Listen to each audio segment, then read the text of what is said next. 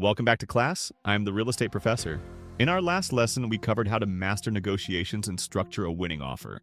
Today, we are entering the legal engine room for Lesson 7. Contracts, escrow, and legal steps. When you buy or sell a home independently, this is where the rubber meets the road. A single missed deadline, an ambiguous verbal agreement, or a poorly reviewed contract clause can cost you your deposit, tie you up in lawsuits, or leave you owning a property with toxic hidden liens. Today, I'm pulling back the curtain on how escrow actually protects you, the critical legal professionals you still need on your team, and the pitfalls that destroy rookie FSBO deals. Let's get to work. First up, pillar number 1, the contract and escrow. The purchase contract is a living, breathing legal document.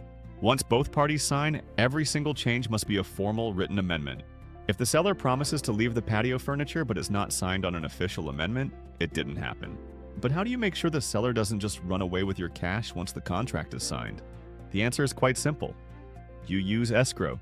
Escrow is a completely neutral third party, typically a title company or an attorney, that acts as the transaction's referee. You deposit your earnest money into their secure account. They hold the cash in the signed deed in limbo. No money moves to the seller and no title moves to you until every single contingency, inspection, and line item in that contract is fully satisfied. It is your ultimate financial shield. Pillar number 2, the title search and title insurance. When you buy a house, you aren't just buying wood and brick. You are buying the legal right to occupy that land. A title company or real estate attorney will run a forensic title search through county records to verify the property's entire ownership history. They are looking for ghosts in the closet, unpaid contractor liens, old mortgages that were never properly closed out, or long-lost relatives claiming they own a piece of the backyard. But even the best title search can miss things. That's why you must buy title insurance. You'll need a lender's policy to satisfy your bank, but always buy an owner's policy for yourself. It guarantees that if an old lien or ownership dispute pops up 5 years down the road, the insurance company pays to fight it, not you. Pillar number 3, the final countdown. As you approach the closing date, 3 critical steps remain. First, the final walkthrough. Do this the day before or the morning of closing. Verify the home is in the exact same condition as when you signed, and ensure the seller didn't take the appliances you negotiated for. Second, review your closing disclosure or CD. Your lender legally must give you this document 3 days before closing.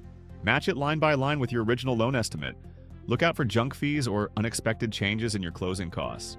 Finally, you hit the closing table to sign the mortgage note and deed. Once the lender funds the loan and the escrow agent records the new deed at the county office, ownership officially transfers. Only then do you get the keys. Navigating contracts and escrow without a traditional agent takes discipline. But when you know the rules, you control the game. Secure your escrow, buy your title insurance, and verify everything in writing. In our next lesson, we are wrapping up the entire journey with a deep dive into post-closing and smooth property transitions. If you want my exact contract and escrow checklist to keep your transaction on the rails, drop a comment below. Hit that subscribe button and I'll see you next time. Class dismissed.